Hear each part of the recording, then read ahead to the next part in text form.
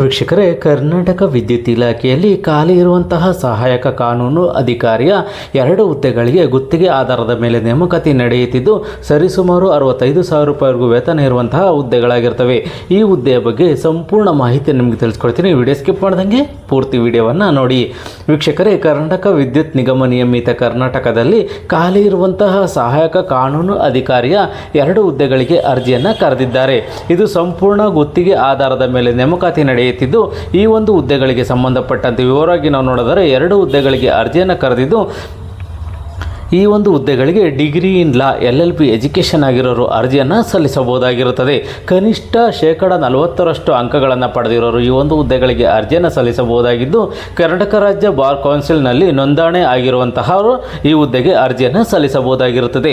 ಈ ಒಂದು ಹುದ್ದೆಗಳಿಗೆ ವಯೋಮಿತಿಯನ್ನು ನಾವು ನೋಡೋದಾದರೆ 28ರಿಂದ 56 ವರ್ಷದೊಳಗಡೆ ಇರೋರು ಅರ್ಜಿಯನ್ನು ಸಲ್ಲಿಸಬಹುದಾಗಿರುತ್ತದೆ. ಅದೇ ರೀತಿ ಈ ಒಂದು ಹುದ್ದೆಗಳಿಗೆ ಸಂಬಂಧಪಟ್ಟಂತೆ ಒಂದು ವೇತನ ಏನಿರುತ್ತೆ ಅಂತೇಳಿ ನಾವು ನೋಡೋದಾದರೆ 65,000 ರೂಪಾಯಿಗಳು ವೇತನ ಇರುತ್ತೆ ಅಂತೇಳಿ ಒಂದು ಮಾಹಿತಿಯನ್ನು ನೀಡಿದ್ದಾರೆ. ಈ ಒಂದು ಹುದ್ದೆಗಳಿಗೆ 65,000 ರೂಪಾಯಿ ತಿಂಗಳ ವೇತನ ಇರುತ್ತೆ ಅಂತೇಳಿ ಒಂದು ಮಾಹಿತಿಯನ್ನು ನೀಡಿದ್ದಾರೆ.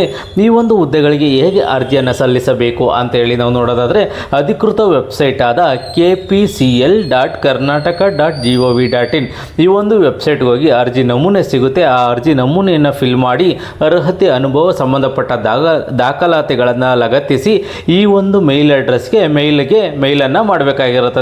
ಮೇಲ್ ಯಾವುದು ಅಂತೇಳಿ ನಾವು ನೋಡಿದ್ರೆ ಆ ಮೇಲ್ ಐಡಿಗೆ ಮೇಲ್ ಮಾಡಬೇಕು ಅಂತ ಹೇಳಿ ನಾವು ನೋಡಿದರೆ KPCL contract apt apt@gmail.com KPCL contract apt@gmail.com ಈ ಒಂದು ಮೇಲ್ಗೆ ಮೇಲನ್ನು ನೀವು ಮಾಡಬೇಕಾಗಿರುತ್ತದೆ. ಮೇಲನ್ನು ಮಾಡೋದು ಕೊನೆಯ ದಿನಾಂಕ 22/6/2026 ಸಂಜೆ 5:30 ನೀವು ಯಾರು ಅರ್ಜಿಯನ್ನು ಸಲ್ಲಿಸಬೇಕು ಅಂದ್ಕೊಂಡಿದ್ರೆ ಅವರು ಆ ಒಂದು ಮೇಲ್ ಐಡಿಗೆ ಮೇಲನ್ನು ಮಾಡಬೇಕಾಗಿರುತ್ತದೆ.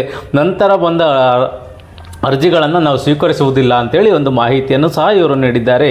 ಮತ್ತು ಈ ಒಂದು ಹುದ್ದೆಗಳಿಗೆ ಸಂಬಂಧಪಟ್ಟಂತೆ ನಿಮಗೆ ಹೆಚ್ಚಿನ ಮಾಹಿತಿ ಬೇಕು ಅಂತಂದರೆ ಈ ಒಂದು ಅಧಿಕೃತ ವೆಬ್ಸೈಟ್ ಆದ karnataka.gov.in ಈ ಒಂದು ವೆಬ್ಸೈಟ್ಗೆ ಹೋಗಿ ಹೆಚ್ಚಿನ ಮಾಹಿತಿಯನ್ನು ನೀವು ಪಡ್ಕೋಬೋದಾಗಿರುತ್ತದೆ. ಯಾರು ಈ ಒಂದು ಹುದ್ದೆಗಳಿಗೆ ಅರ್ಜಿಯನ್ನು ಸಲ್ಲಿಸಬೇಕು ಅಂದ್ಕೊಂಡಿದ್ರೆ ಈ ವಿಷಯವನ್ನು ಸಂಪೂರ್ಣವಾಗಿ ಓದಿ ನಿಮಗೆ ಸೂಕ್ತ ಅನಿಸಿದ್ರೆ ಮಾತ್ರ ಈ ಹುದ್ದೆಗಳಿಗೆ ಅರ್ಜಿಯನ್ನು ಸಲ್ಲಿಸಿ. ಅರ್ಜಿ ಸಲ್ಲಿಸಲಿಕ್ಕೆ ಕೊನೆಯ ದಿನಾಂಕವರೆಗೂ ಕಾಯಕ್ಕೆ ಹೋಗ್ಬೇಡಿ, ಮುಂಚಿತವಾಗಿ ಅರ್ಜಿಯನ್ನು ಸಲ್ಲಿಸಿ. ಈ ಒಂದು ಮಾಹಿತಿ ನಿಮಗೆ ಇಷ್ಟವಾದರೆ ಸಬ್ಸ್ಕ್ರೈಬ್ ಮಾಡಿ, ಶೇರ್ ಮಾಡಿ ಮತ್ತು ಲೈಕ್ ಮಾಡಿ.